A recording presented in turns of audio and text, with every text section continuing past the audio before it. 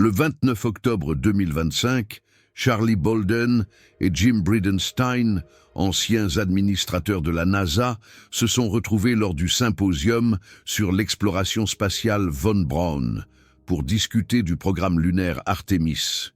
L'ironie, n'est-ce pas? Ils débattaient de l'avenir de l'exploration spatiale américaine lors d'un symposium portant le nom d'un homme qui utilisait des esclaves issus des camps de concentration pour construire ses fusées. 20 000 personnes sont mortes d'un Mittelbau-Dora en construisant les V2. Werner von Braun était un SS Sturmbannführer.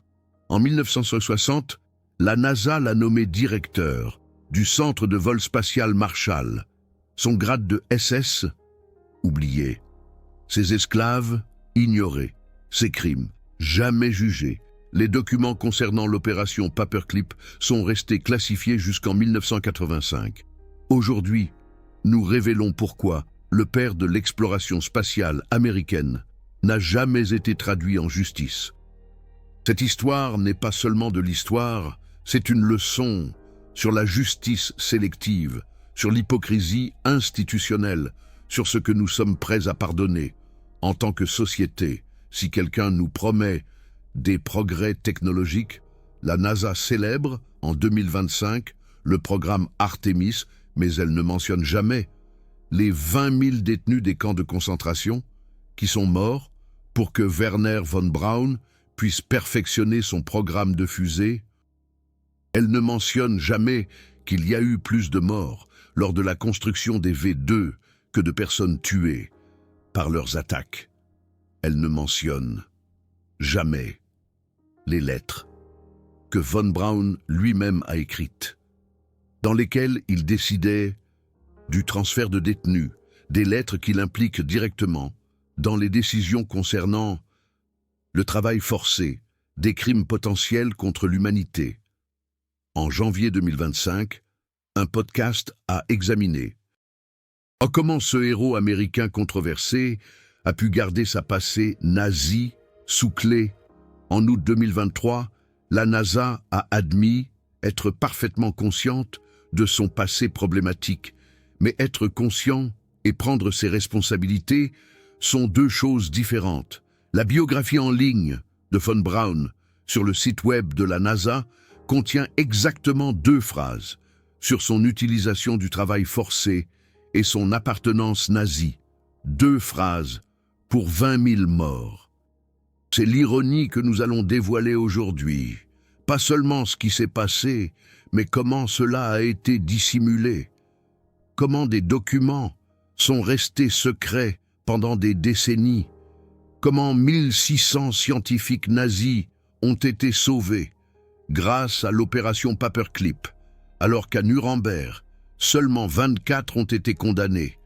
Comment un système a décidé que certaines vies valaient moins que le progrès technologique. Werner Magnus Maximilian Freiherr von Braun est né le 23 mars 1912 à Wirsitz, en Prusse, ingénieur brillant, scientifique visionnaire dans le domaine des fusées et, à partir du 1er mai 1940, membre du NSDAP, déjà membre de la SS. À partir du 1er mai 1933, en 1943, il a été promu SS Sturmbannführer, ce qui correspond au grade de commandant.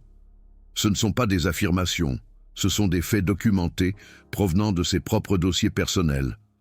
En 1943, la construction de l'usine souterraine de fusées, Mittelwerk, a commencé près de Nordhausen. L'installation a été créée parce que les installations de Peenemünde sur la mer Baltique étaient menacées par les bombardements alliés. La solution des nazis, une usine souterraine construite par des détenus des camps de concentration, Mittelbau-Dora, était à l'origine un camp extérieur de Buchenwald. Il est devenu un camp de concentration autonome. Avec 60 000 détenus qui ont transité par le système de camps entre 1943 et 1945, les conditions étaient brutales. Jusqu'au printemps 1944, les détenus étaient principalement détenus sous terre, sans lumière du jour, sans air frais, dans des tunnels instables. Les détenus travaillaient par équipe de 14 heures. Ils étaient privés d'accès à l'hygiène de base, pas de lits appropriés, des rations insuffisantes sur les 60 000 personnes qui ont transité par Mittelbau-Dora et ses camps extérieurs. On estime que 20 000 sont mortes, d'épuisement, de froid, de malnutrition, de maladie. 350 ont été pendus, dont 200 pour sabotage présumé. Voici la statistique qui dit tout. La fusée V2 était une arme unique. 2 fois plus de personnes sont mortes lors de sa production ou lors de la construction de l'usine pour sa production que de personnes tuées par ces attaques. Les fusées ont causé environ 5 000 décès chez les Alliés. Au moins 10 000 décès à Mittelbau-Dora sont attribués au programme V2. Relisez cela. Une arme qui a tué plus de personnes pour être construite que de personnes tuées au combat. C'est la réalité du progrès technologique que Werner von Braun représentait. Et le rôle de von Braun, il n'était pas qu'un simple observateur. En 1969, dans un témoignage, von Braun a déclaré qu'il avait visité la région de Nordhausen environ 15 fois, entre fin 1943 et février 1945. Il s'agissait généralement de visites d'une journée. Elles comprenaient des voyages à Mittelwerk pour communiquer, des modifications, de la conception du V2. Il a vu les conditions. Il savait ce qui se passait. Au moins une lettre de guerre que von Braun lui-même a rédigée concernant un transfert imminent de détenus l'implique directement dans les décisions concernant l'utilisation du travail forcé, un crime potentiel contre l'humanité. Mais c'est là que cela devient vraiment intéressant. Lorsque la guerre a pris fin, les Alliés étaient désespérés d'acquérir la technologie allemande. Les Soviétiques la voulaient, les Américains la voulaient, les Britanniques la voulaient. Une course s'est engagée. L'opération Paperclip a été lancée en 1945. Le but, faire venir aux États-Unis des scientifiques, des ingénieurs et des techniciens allemands. Au total, 1600 Allemands ont été recrutés. Beaucoup d'entre eux étaient d'anciens nazis, beaucoup avaient des biographies de guerre problématiques. La Joint Intelligence Objectives Agency, ou JOA, était responsable de l'opération Paperclip. Ils ont été confrontés à un problème. Beaucoup des scientifiques qu'ils voulaient recruter avaient des liens nazis. Ils les disqualifieraient en vertu du droit américain de l'immigration. La solution, la JIOA a nettoyé les dossiers, ils ont créé de nouvelles biographies, ils ont supprimé les informations compromettantes, ils ont donné à ces hommes une seconde chance, alors que des réfugiés juifs étaient refoulés aux frontières américaines. Des scientifiques nazis recevaient des passeports américains et des emplois bien rémunérés. Werner von Braun était le joyau de la couronne de l'opération Paperclip. Lui et son équipe de 118 ingénieurs en fusée ont été emmenés à Fort Bliss, au Texas. En 1950, ils ont été transférés au Redstone Arsenal, à Huntsville, en Alabama.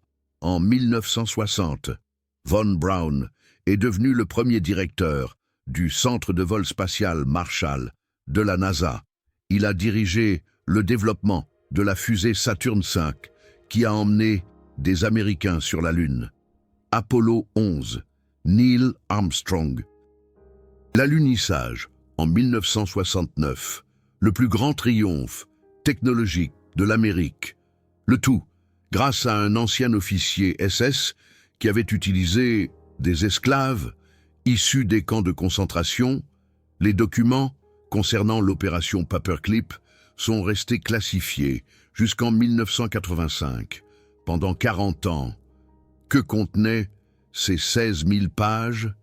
La vérité complète sur le passé nazi, des scientifiques recrutés, les nettoyages de la JOA, les décisions conscientes de protéger les criminels de guerre. Lorsque les documents ont finalement été rendus publics, il était trop tard. Von Braun était décédé en 1977. La plupart de ses collègues aussi. Il n'y a plus eu de compte à rendre. Voici le bilan. À Nuremberg, de 1945 à 1946, 24 hauts responsables nazis ont été traduits en justice. 12 ont été condamnés à mort. 3 à la prison à vie.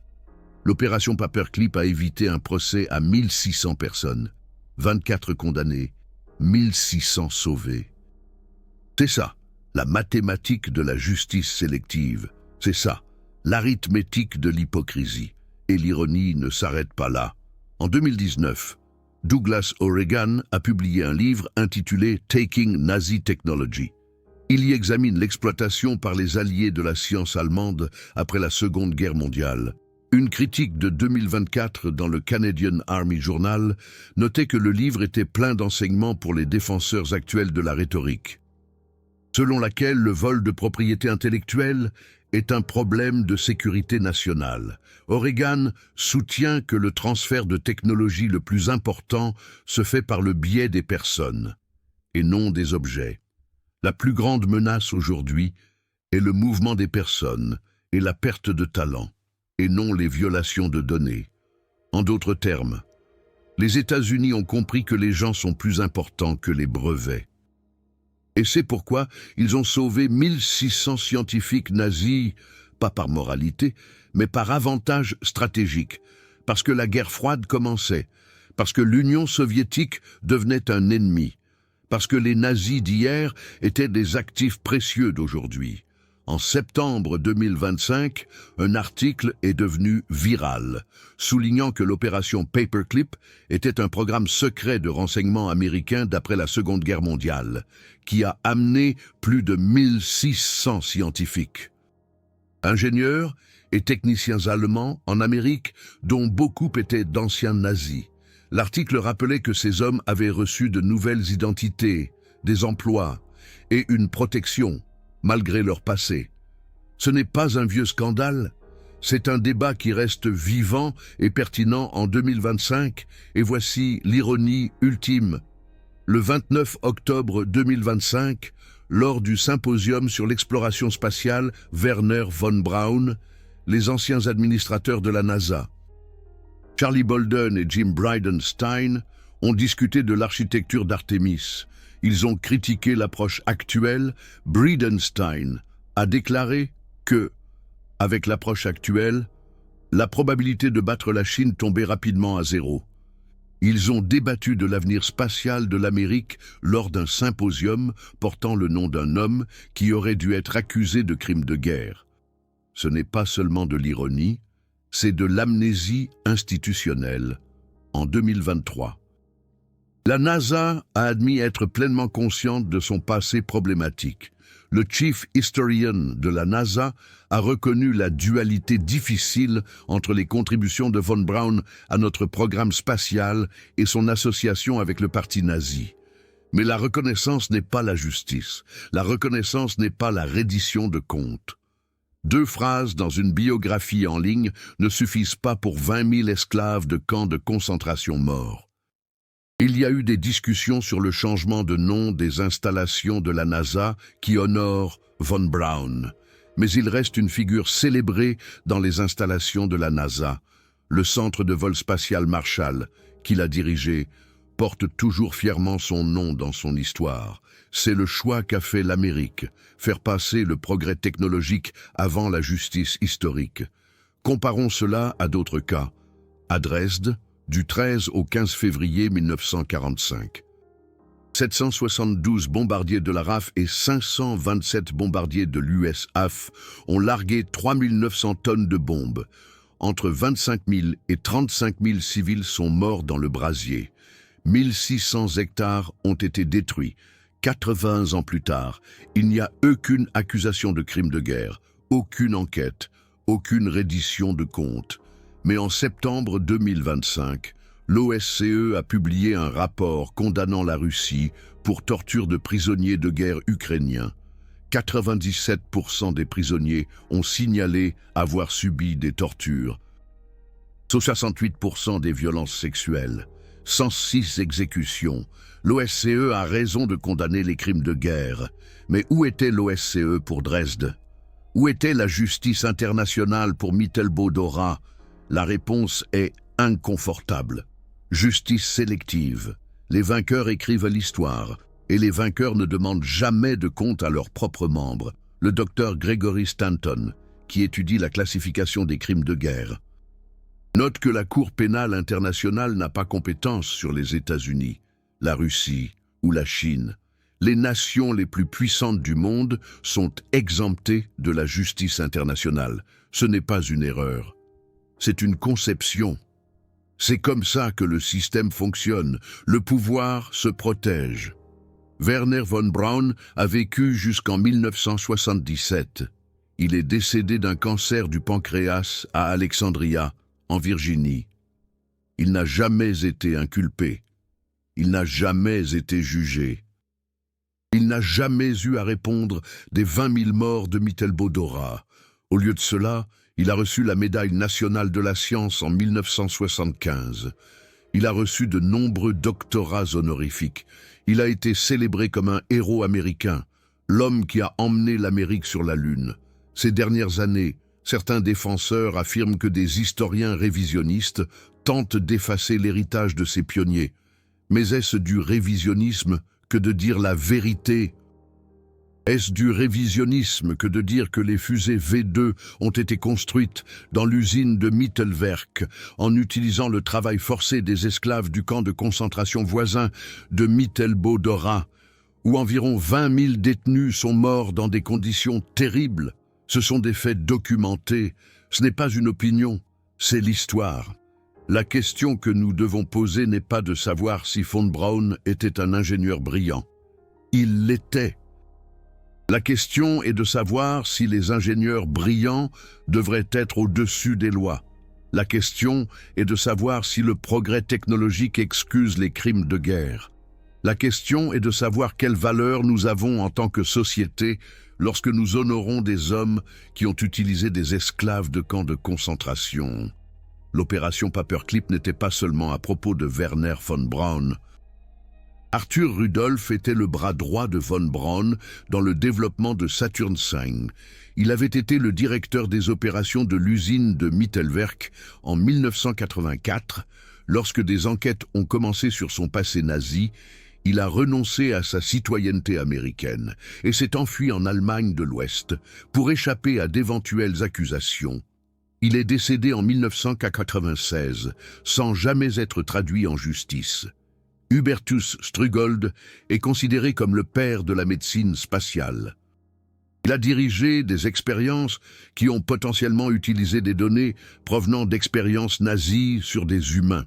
Il a travaillé pour l'US Air Force et la NASA jusqu'à sa retraite. Son nom a été retiré du prix Strugold de la Space Medicine Association en 2017 après la controverse suscitée par sa participation potentielle à des expériences nazies. Kurt Debus était un scientifique spécialisé dans les fusées à Peenemünde. Il est devenu le premier directeur du Kennedy Space Center. Il avait été membre de la SA. Des témoignages ont rapporté qu'il faisait le salut hitlérien lors de rassemblements nazis. Il est resté à la NASA jusqu'en 1974, très respecté et jamais inculpé. La tendance est claire. Les États-Unis ont pris une décision consciente. Ils ont décidé que la compétition avec l'Union soviétique était plus importante que la justice pour les victimes des nazis. Ils ont décidé que 1600 scientifiques valaient plus que les 20 000 morts à Mittelbau-Dora. Ils ont décidé que le voyage sur la Lune valait plus que la morale. Mais voici la question à poser en 2025. Cela en valait-il la peine? Les États-Unis ont-ils vraiment tant gagné que ça? Dorian Levesque, dans son ouvrage « Capturer la technologie nazie », avance que les États-Unis ont certes bénéficié de quelques avancées technologiques réelles, mais pas à l'échelle que l'on imaginait. Les plus grands avantages provenaient des programmes de fusées allemands et des scientifiques et ingénieurs allemands spécialisés dans les fusées. En d'autres termes, Werner von Braun et son équipe étaient précieux, mais pas au point de valoir 1600 scientifiques nazis. Bon nombre des hommes recrutés par l'opération Paperclip n'ont pas apporté grand-chose. C'étaient des suiveurs. Ils ont obtenu des emplois américains comme filet de sécurité, et non par nécessité réelle. En 2021, le magazine National Interest a souligné que la technologie nazie avait été une déception pour les Américains. En commençant à piller l'Allemagne nazie, les Américains ont compris pourquoi ils étaient déçus par leur butin. Des leçons importantes pour les décideurs politiques, à une époque où les États-Unis s'inquiètent de leur leadership technologique. Les nazis étaient avancés dans certains domaines, mais dans beaucoup d'autres, ils ne l'étaient pas. L'idée selon laquelle l'opération Paperclip à elle seule a transformé l'Amérique en une superpuissance militaire est exagérée. Mais qu'en est-il du coût moral? Il est bien réel. Et nous en payons le prix encore aujourd'hui. Chaque fois que la NASA célèbre un succès sans mentionner l'histoire sombre qui l'a rendu possible, nous payons ce prix. Chaque fois qu'un symposium porte le nom de von Braun sans mentionner les 20 000 morts, nous payons ce prix. Chaque fois que nous acceptons une justice sélective, nous payons ce prix. Les parallèles avec aujourd'hui sont inquiétants. L'OSCE condamne la Russie pour crimes de guerre en Ukraine, à juste titre. Mais où est l'introspection concernant Dresde, concernant les bombes atomiques sur Hiroshima et Nagasaki, concernant la décision de sauver 1600 nazis alors que des réfugiés juifs étaient refoulés? Le deux poids, deux mesures n'est pas qu'une curiosité historique. C'est un schéma continu. Parlons de chiffres concrets qui documentent cette hypocrisie. Entre 1938 et 1941, pendant la nuit de cristal et par la suite, alors que les familles juives tentaient désespérément de fuir l'Allemagne nazie, les États-Unis ont systématiquement rejeté les demandes de visa. Les quotas d'immigration étaient strictement respectés et souvent même pas atteints. Entre 1938 et 1941, seuls 100 000 réfugiés juifs environ ont été admis. Alors que des millions cherchaient l'asile, des dizaines de milliers de personnes qui auraient pu être sauvées ont été renvoyées. Bon nombre d'entre elles sont mortes pendant l'Holocauste. L'exemple le plus célèbre est celui du MS Saint-Louis. En mai 1939, le navire quitta Hambourg avec 937 passagers juifs à bord, fuyant l'Allemagne nazie. Lorsqu'il atteignit Cuba, puis les États-Unis, l'entrée leur fut refusée. Le navire dut retourner en Europe, sur les 937 passagers. On estime que 254 sont morts pendant l'Holocauste.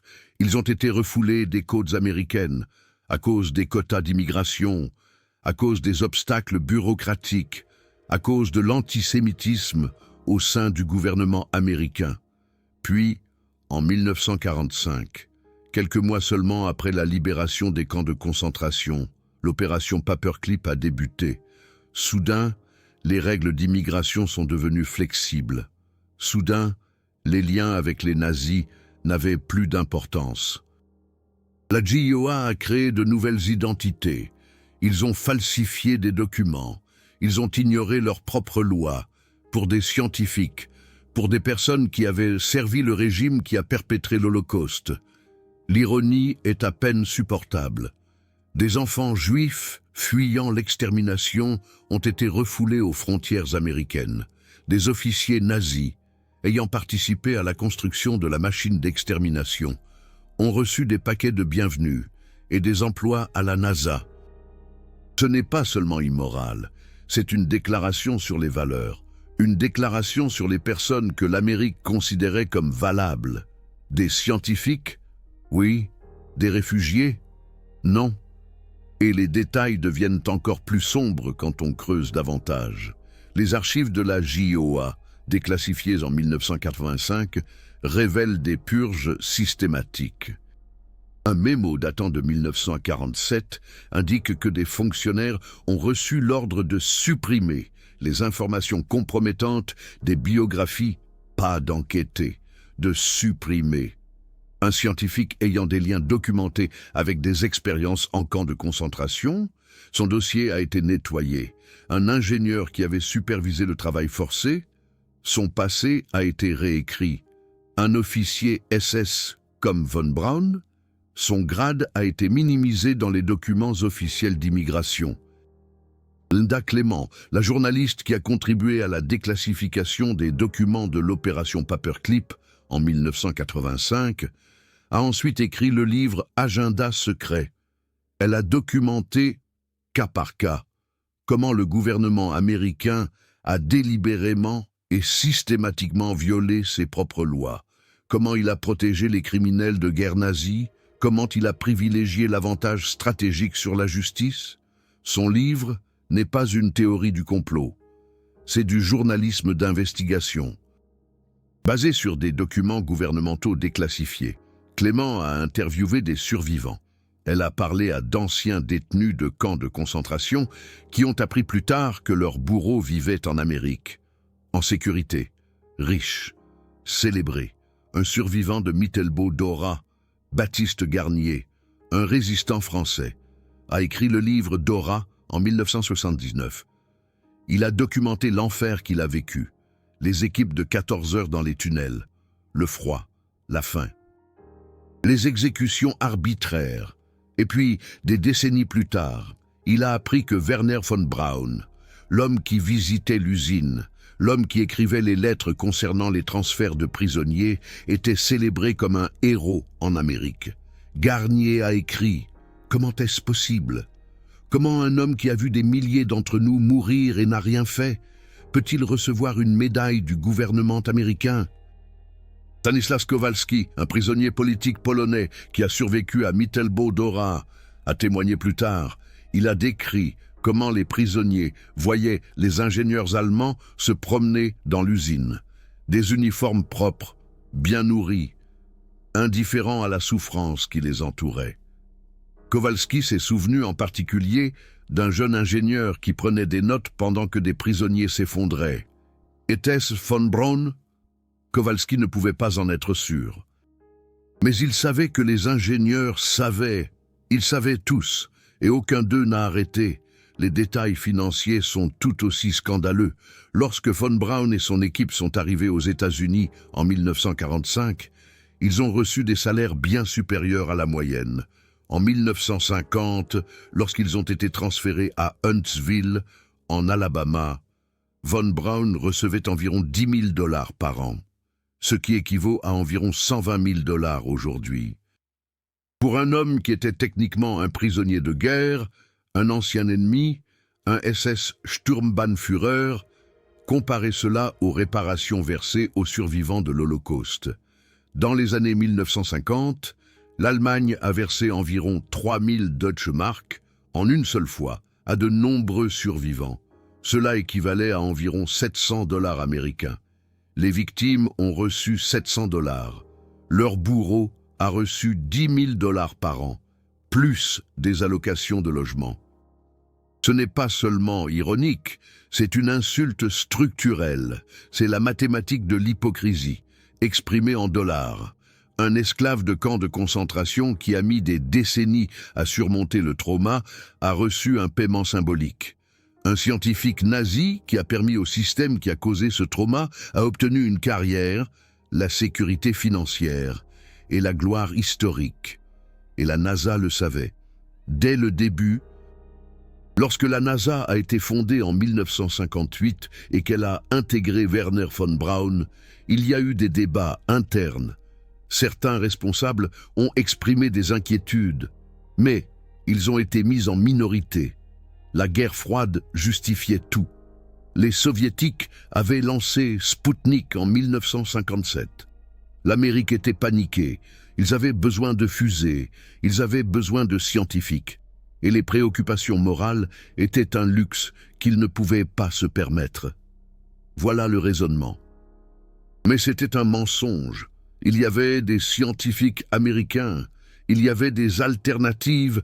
Ils ont choisi Von Braun parce qu'il avait le meilleur marketing, parce qu'il était charismatique, parce qu'il pouvait convaincre Walt Disney, parce qu'il pouvait être le visage de l'avenir. Son passé nazi a été balayé d'un revers de main, comme une erreur de jeunesse, comme une complicité forcée.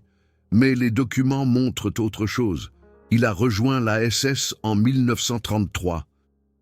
Volontairement, il a été promu SS Sturmbannführer en 1943, en guise de récompense.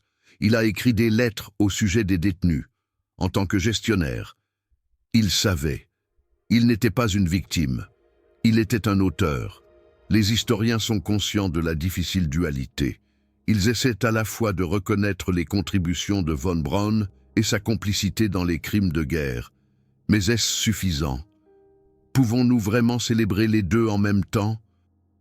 Est-il possible d'honorer un homme qui a la mort de 20 000 personnes sur la conscience, simplement parce qu'il était aussi brillant? Kurt Vonnegut, l'écrivain américain, a survécu au bombardement de Dresde en tant que prisonnier de guerre. Il a écrit Slaughterhouse-Five, un roman qui explore l'absurdité de la guerre. Vonnegut a compris que tous les camps commettent des atrocités, que la guerre en elle-même est un crime, que la distinction entre les actes de guerre justes et injustes est souvent une question de perspective. C'est la vérité qui dérange. Les Alliés n'étaient pas des acteurs moraux parfaits. Ils ont gagné la guerre, mais ils l'ont gagnée en partie grâce à des actions qui, si elles avaient été commises par l'autre camp, auraient été condamnées comme des crimes de guerre. Les bombardements massifs de zones civiles, les expériences avec des bombes atomiques sur des villes habitées. Et après la guerre, le recrutement de criminels de guerre parce qu'ils étaient utiles. En février 2025, Dresde a marqué le 80e anniversaire du massacre. L'extrême droite a tenté d'exploiter cet anniversaire. Ils utilisent Dresde pour promouvoir un récit de victimisation allemande, pour relativiser les crimes nazis. C'est dangereux et faux. Mais le fait que l'extrême droite exploite l'histoire ne signifie pas que les questions légitimes doivent être étouffées. Il est possible de dire à la fois que l'Holocauste a été le plus grand crime de la guerre et que le bombardement allié de Dresde était problématique. Les deux affirmations peuvent être vraies. Gemeinsam Wachsam, une initiative commémorative à Dresde en 2025, a tenté de promouvoir une commémoration équilibrée. Ils reconnaissent la souffrance des civils de Dresde, mais ils rejettent également toute tentative d'utiliser cette souffrance pour minimiser les crimes nazis. C'est la bonne approche, l'honnêteté envers tous les camps, la compassion pour toutes les victimes alliées, le rejet de la relativisation. Et c'est la norme que nous devrions appliquer à Werner von Braun et à l'opération Paperclip. L'honnêteté. Il était un ingénieur brillant et il était un criminel de guerre. Les deux affirmations sont vraies. Nous devons cesser de faire comme si l'une annulait l'autre. La NASA ne devrait pas nommer des installations en son honneur. Ce n'est pas effacer son héritage. C'est une reconnaissance appropriée que 20 000 esclaves de camps de concentration morts pèsent plus lourd que les réalisations technologiques. La NASA peut documenter ses contributions à l'exploration spatiale sans le célébrer. Les musées peuvent expliquer son rôle dans l'histoire sans nommer des symposiums en son honneur.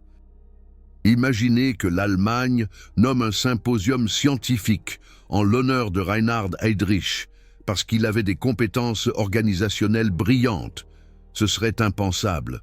Et pourtant, l'Amérique a fait exactement cela avec Werner von Braun, parce que les victimes de ces crimes n'étaient pas principalement américaines, parce que ses talents ont profité à l'Amérique, parce que la mémoire sélective est plus commode qu'une reddition de comptes complète. Ces documents ont été cachés pendant des décennies. Pourquoi ? parce qu'il révèle des vérités qui dérangent au sujet de la duplicité, de la justice sélective et du racisme institutionnel. Ce ne sont pas des théories du complot, ce sont des documents gouvernementaux déclassifiés, des archives militaires, des lettres personnelles, des témoignages de procès. En tant que société, nous devons faire face à toute l'histoire. Pas seulement les partis qui nous donnent bonne figure, pas seulement les succès, aussi les compromis, aussi les manquements moraux, aussi les victimes que nous avons oubliées. Les 20 000 hommes qui sont morts à Mittelbau-Dora avaient des noms, ils avaient des familles, ils avaient des rêves, ils étaient des prisonniers politiques, des juifs, des prisonniers de guerre soviétiques, des résistants, des témoins de Jéhovah, des homosexuels, des personnes que les nazis considéraient comme sans valeur, des personnes qui ont été travaillées à mort pour construire des fusées qui n'allaient jamais sauver le Troisième Reich. Leur seul crime était d'être nés au mauvais moment, au mauvais endroit, avec la mauvaise identité aux yeux d'un régime monstrueux, et leur héritage ne devrait pas être qu'ils soient oubliés afin que leur meurtrier puisse devenir un héros américain. Wernher von Braun rêvait d'aller sur Mars. Il a écrit des livres à ce sujet. Il a inspiré une génération. Walt Disney a collaboré avec lui pour promouvoir l'exploration spatiale. Il était le visage de l'enthousiasme américain pour l'espace dans les années 1950 et 1960. Et pendant tout ce temps, ceux qui détenaient le pouvoir connaissaient la vérité. Ils connaissaient Mittelbau-Dora. Ils connaissaient son rang de SS. Ils connaissaient les lettres. Et ils ont décidé que cela n'avait pas d'importance. C'est la décision que nous devons prendre à nouveau en 2025. Cela a-t-il de l'importance ? Est-ce que 20 000 esclaves de camps de concentration morts ont de l'importance lorsque nous décidons qui nous honorons? Ou sommes-nous prêts à affirmer que le génie excuse les crimes de guerre tant que ce génie nous est profitable? La réponse devrait être évidente. Mais le fait que des symposiums portent encore son nom, que des installations de la NASA arborent sa désignation, que sa biographie sur Nasagov ne consacre que 2 phrases à ses crimes, montre que, en tant que société, nous n'avons toujours pas répondu honnêtement à cette question. Il est temps que nous le fassions, pas pour changer le passé. Cela, nous ne le pouvons pas, mais pour nous assurer que nous en tirions des leçons, pour garantir que la prochaine génération comprenne que les compromis moraux ont des conséquences, que la justice sélective jette les bases d'injustice future, que l'oubli est une forme de complicité. Wernher von Braun est décédé en 1977. Les 20 000 victimes de Mittelbau-Dora ont péri entre 1943 et 1945. Ils sont tous morts. Nous ne pouvons plus leur rendre justice, mais nous pouvons nous souvenir d'eux, honnêtement, complètement, sans rien édulcorer. C'est ce que nous leur devons, et c'est ce que nous nous devons, si nous voulons un avenir fondé sur la justice, et pas seulement sur l'opportunisme. Qu'est-ce qui vous choque le plus? Les chiffres, 20 000 morts pour construire des fusées qui ont tué plus de personnes lors de leur fabrication que lors de leur utilisation. L'hypocrisie, 1600 nazis sauvés, tandis que 24 étaient condamnés à Nuremberg. Le fait qu'il ait fallu 40 ans pour déclassifier 16 000 pages de documents de l'opération Paperclip, le fait qu'en 2025, soit 80 ans après la fin de la guerre, la NASA organise toujours des symposiums au nom d'un homme qui aurait dû être accusé de crimes de guerre.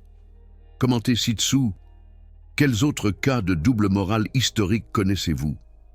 Votre famille a peut-être des histoires qui n'ont jamais été racontées, des histoires d'injustice qui ont été acceptées en silence.